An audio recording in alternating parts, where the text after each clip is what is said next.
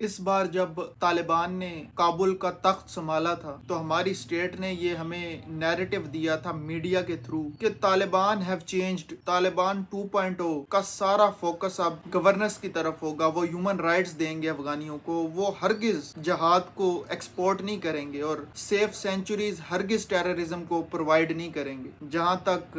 جہاد ایکسپورٹ کرنے کا تعلق ہے تو وہ پاکستانی اسٹیٹ اب آپ کو بتائے گی کہ وہ کتنا بدلے ہیں، لیکن جہاں تک تعلق ہے ہیومن رائٹس دینے کا افغانیوں کو تو the wait is over. Afghanistan has announced its penal code, اور وہ پینل کوڈ اتنا شاندار ہے کہ شاید اتنے ہیومن رائٹس ویسٹ کو نہیں مل رہے جتنے اب افغانیوں کو ملنے جا رہے ہیں۔ اگر آپ کسی اسلامسٹ جو پاکستان کے اندر اپنے فرقے کے حساب سے شریعت نافذ کرنا چاہتا ہے، اگر آپ ایک ایسے شخص سے پوچھیں گے نا کہ واقعی ایسا ہونے جا رہا ہے، تو وہ بھی اس بات کی بالکل تائید کرے گا کہ ہاں، افغانستان میں جو ہیومن رائٹس اور لوگوں کی بھلائی کے لیے کام ہو رہے ہیں وہ ویسٹ میں نہیں ہو رہے۔ لیکن اگر ان کے سامنے دو آپشنز رکھے جائیں کہ کیا آپ کسی ویسٹرن لبرل سیکولر کنٹری میں رہنا پسند کریں گے یا جہاں پہ شریعت ہے افغانستان میں رہنا پسند کریں گے، تو آپ کو پتہ ہے کہ ان کا جواب کیا ہوگا۔ اور یہی اگر کسی آپ شیعہ سے پوچھیں کہ آپ کسی ویسٹرن سیکولر کنٹری میں رہنا پسند کریں گے کہ ایران کی تھیوکریسی کے اندر جہاں پہ آپ کے فرقے کے مطابق حکومت قائم ہے، تو ان کا بھی جو جواب ہوگا وہ ہم سب جانتے ہیں۔ طالبان نے 4 جنوری 2026 کو کرمنل پروسیجر کوڈ جو کہ 119 آرٹیکلز پر مشتمل ہے اسے پروونشل کورٹس میں بھجوا دیا ہے امپلیمنٹ کروانے کے لیے۔ اب اس ڈاکومنٹ کا یا کرمنل پروسیجر کوڈ کا یا پینل کوڈ جسے آسان لفظوں میں آپ کہیں، ہمیں ہرگز اس کا پتہ ہی نہ لگتا اگر وہاں کے کچھ جرنلسٹ اس کو لیک نہ کرتے۔ تو ان کا مقصد یہی تھا کہ سیکریسی میں اس کو بنایا جائے اور عوام پہ اسے نافذ کر دیا جائے اور کانوں کان کسی کو خبر نہ ہو۔ اور اگر آپ ایک اتھارٹیرین لیڈر ہیں اور اپنے ملک پہ پورا کنٹرول چاہتے ہیں تو یہ آپ کے لیے اس ڈاکومنٹ کو پڑھنا بہت ضروری ہے، کیونکہ یہ آپ کے پاس بلیو پرنٹ ہے۔ اگر آپ ایک ملک کے ڈکٹیٹر ہیں اور اپنی معاشرے پہ پوری طرح سے ان کی سوچ، اکانومی، سوسائٹی، ان کے بلیوز پہ پوری اجارہ داری قائم کرنا چاہتے ہیں اور ایک ٹوٹیلیٹیرین سٹیٹ نافذ کرنا چاہتے ہیں جہاں پہ سانس بھی آپ کے شہری آپ کی مرضی سے لیں، تو آپ کو یہ ڈاکومنٹ پڑھنا چاہیے۔ یہ پڑھ کے آپ کو بھی بہت سے آئیڈیاز آئیں گے کہ کس طرح اپنی عوام کو آپ دبائیں۔ تو بیسیکلی یہ پینل کوڈ افغانی معاشرے کو 4 کلاسز کے اندر یا 4 طبقات کے اندر کلاسیفائی کرتا ہے۔ پہلے اپر کلاسز میں آتے ہیں ریلیجیس اسکالرز، ظاہری بات ہے وہ ہمارے مورل کمپس ہوتے ہیں، ان پہ تھوڑی موریلٹی نافذ ہونی چاہیے۔ دوسرا آتے ہیں مجاہد، ظاہری بات ہے ملک کو ایک شیکلز آف سلیوری سے ملک کو نکالا ہے، تو اپر کلاسز میں مجاہد شامل ہیں، ساتھ ٹرائبل چیفز بھی انہی کلاسز کا پارٹ ہے۔ اور لوور کلاسز میں مڈل کلاس، کاروباری طبقہ، چھوٹے موٹے دکاندار، اور لوور کلاسز مزدور وغیرہ اس میں شامل ہے لوور کلاسز میں۔ اگر آپ کا تعلق اپر کلاسز سے ہے نا، جس میں ٹرائبل چیفز، مجاہد، ریلیجیس اسکالرز ہیں، تو اگر آپ کوئی جرم کرتے ہیں تو عدالت ریسپیکٹفلی آپ کو پیغام پہنچائے گی کہ حضور والا آپ نے یہ قانون کی خلاف ورزی کی ہے تو پلیز آئندہ یہ نہ کیجیے گا۔ مگر اگر آپ کا تعلق لوور کلاسز سے ہے اور آپ غریب گھرانے سے آپ کا تعلق ہے، آپ کے پاس اتنی پاور نہیں ہے، نہ آپ ریلیجیس اسکالر ہیں، نہ مجاہد ہیں، عام شخص ہیں، تو آپ سے کوئی قانون کی خلاف ورزی ہوتی ہے، آپ کو گھسیٹ کے باہر نکالا جائے گا آپ کے گھر سے، اور سرے بازار آپ کو کوڑے مارے جائیں گے۔ اب آپ کا یہ سوال ہوگا کہ پاکستان میں تو اسی طرح ہی ہے، غریب کے لیے اور قانون ہے اور امیر کے لیے اور، تو پاکستان میں اگر ایسا ہوتا ہے تو لوگ پوائنٹ یہی کرتے ہیں کہ یہ قانون کی خلاف ورزی ہو رہی ہے، لیکن افغان طالبان نے بتایا کہ ہم یہ ہپوکریسی نہیں دکھائیں گے، ہم لوز کو اور پریکٹسز کو ان لائن کریں گے تاکہ ہپوکریٹس ہونے کا ہم پہ الزام نہ لگے۔ ان کی یہ جو ڈسکریمنیشن ہے لیگلی یہ سینکشنڈ ہو چکا ہے، مطلب کہ اس کو قانون کی پوری حمایت حاصل ہو جائے گی۔ اس کے علاوہ 21ویں صدی میں غلام اور آقا جیسی ٹرمز یوز ہوئی ہیں اس پینل کوڈ کے اندر۔ اس کے علاوہ انہوں نے بتایا کہ آخر اصل مسلمان کون ہوتا ہے، ان کے مطابق جو فقہ حنفی سے تعلق رکھے گا وہ اصل مسلمان ہے، جبکہ نون حنفی مسلمان جس میں اہل حدیث، اسماعیلی، شیعہ آتے ہیں، ان کے لیے ہیریٹکس یعنی گمراہ اور انوویٹرز یعنی بدعتیوں کا لفظ استعمال ہوا ہے۔ اور ساتھ ہی ساتھ اگر آپ کا تعلق فقہ حنفیہ سے ہے تو آپ ہرگز فقہ حنفیہ کو چھوڑ نہیں سکتے، اگر آپ نے چھوڑیں گے تو آپ گناہ کے مرتکب ہوں گے اور آپ کو سزا دی جائے گی، سارٹ آف مرتد کنسیڈر کیا جائے گا آپ کو۔ اب اس قانون کے آنے کے بعد جو اہل حدیث اور شیعہ حضرات ہیں وہ اس پہ بڑا واویلا مچا رہے ہیں، مگر ان کا شور شرابہ کوئی سمجھ میں نہیں آتا۔ ہم پاکستانی ریاست نے بھی تو مسلمان ہونے کی تعریف ایک کی تھی،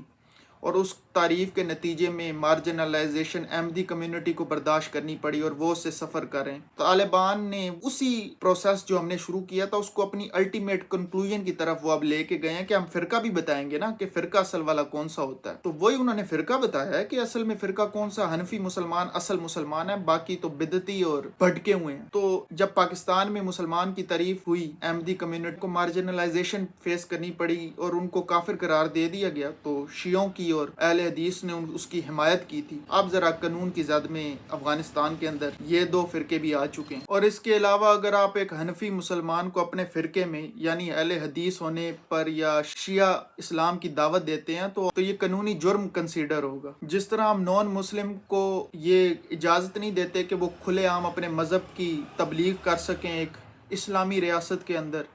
اسی طرح انہوں نے بھی کہا ہے کہ پھر فرقہ بھی ہم بتائیں گے نا، فرقہ کون سا ٹھیک ہے، اس فرقے کے خلاف آپ دعوت نہیں دے سکتے۔ اب بات یہ ہے اگر اہل حدیث کو کوئی ملک سنبھالنے کے لیے مل جائے تو وہ اپنی شریعت وہاں پہ نافذ کریں گے اور وہ ڈسکریمنیٹ کریں گے دیوبندیوں کو، بریلویوں کو، حنفی مسلمانوں کو اور شیعوں کو، اور ایران میں شیعوں کی حکومت ہے تو وہ ڈسکریمنیٹ کرتے ہیں سنیوں کو، تو یہ جیسے کو تیسا ہے۔ آپ کو افغانستان کے سپریم لیڈر کا نام پتہ ہے؟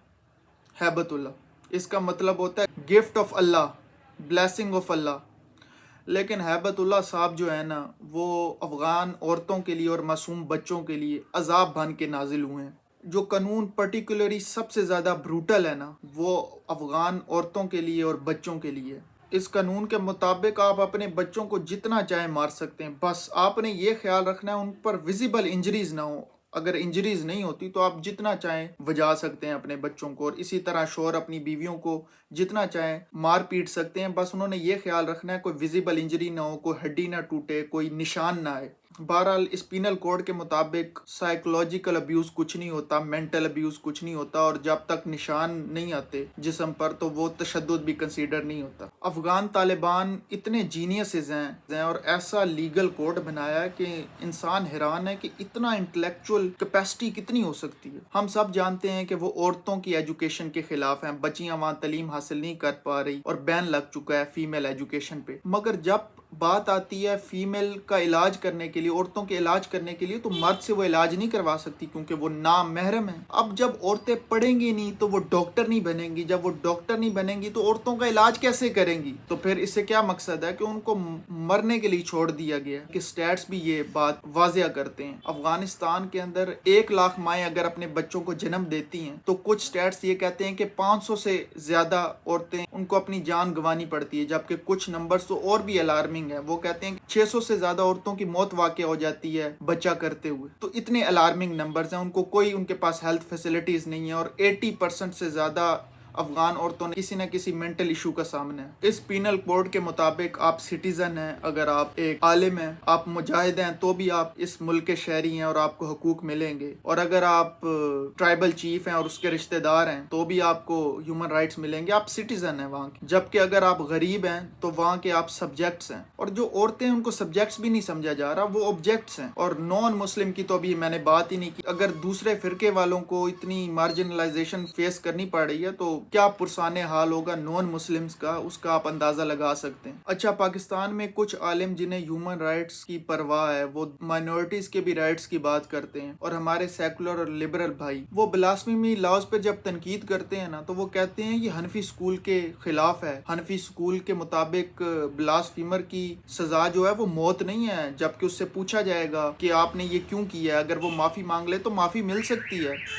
وہ حنفی سکول کے مطابق، یہ چونکہ لو نہیں ہے ہمارا پاکستان کا بلاسفیمی لو، تو یہ تنقید کرتے ہیں کہ اسے چینج ہونا چاہیے. Well stop doing this. یہ ٹریپ ہے. اگر آپ یہ چاہ رہے ہیں کہ قانون یہ اس لیے غلط ہے کیونکہ یہ حنفی سکول کے خلاف ہے، تو پھر حنفی سکول کی باقی چیزیں جو میں نے آپ کو بتائی، تو پھر آپ چیری پک کس طرح کر سکتے ہیں؟ پھر عالم تو یہی کہیں گے کہ چلو ہم بلاسفیمی لاز کو جو ہے وہ ریفارم کر دیتے ہیں، لیکن پھر باقی حنفی لاز جو میں نے بتایا وہ امپلیمنٹ کرنے پڑ جائیں گے. تو آپ چیری پک نہیں کر سکتے. اگر آپ نے بلاسفیمی لاز کی مخالفت کرنی ہے تو اس لیے کریں کہ وہ ارریشنل ہیں، ان ہیومن ہیں، ان لاجیکل لاز ہیں، نہ کہ وہ حنفی سکول کے خلاف ہیں. حنفی سکول کو آپ اگر معیار بنائیں گے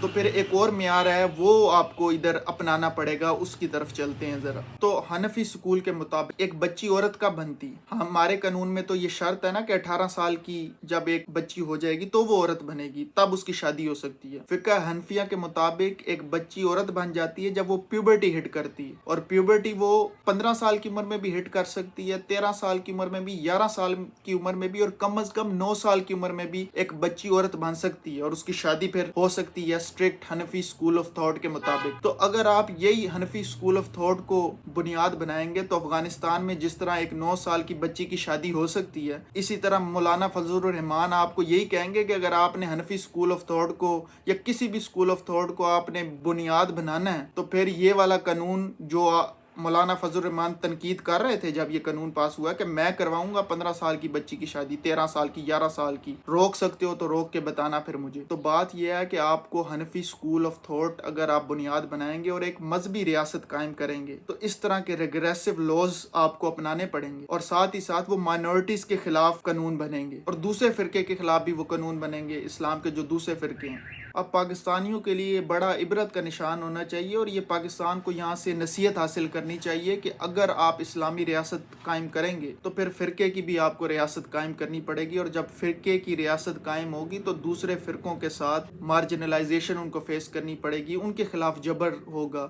اور وہ اپنے فرقے کے مطابق پھر زندگی نہیں گزار سکیں گے. اس لیے آج کے دور میں جہاں پہ ایک ہی جغرافی کے اندر مختلف مذاہب کے لوگ آباد ہیں، مختلف فرقوں کے لوگ آباد ہیں، اگر ہم ایک انصاف کے ساتھ ریاست قائم کرنا چاہتے ہیں تو ہمیں ایک لبرل سیکولر ریاست بنانی پڑے گی.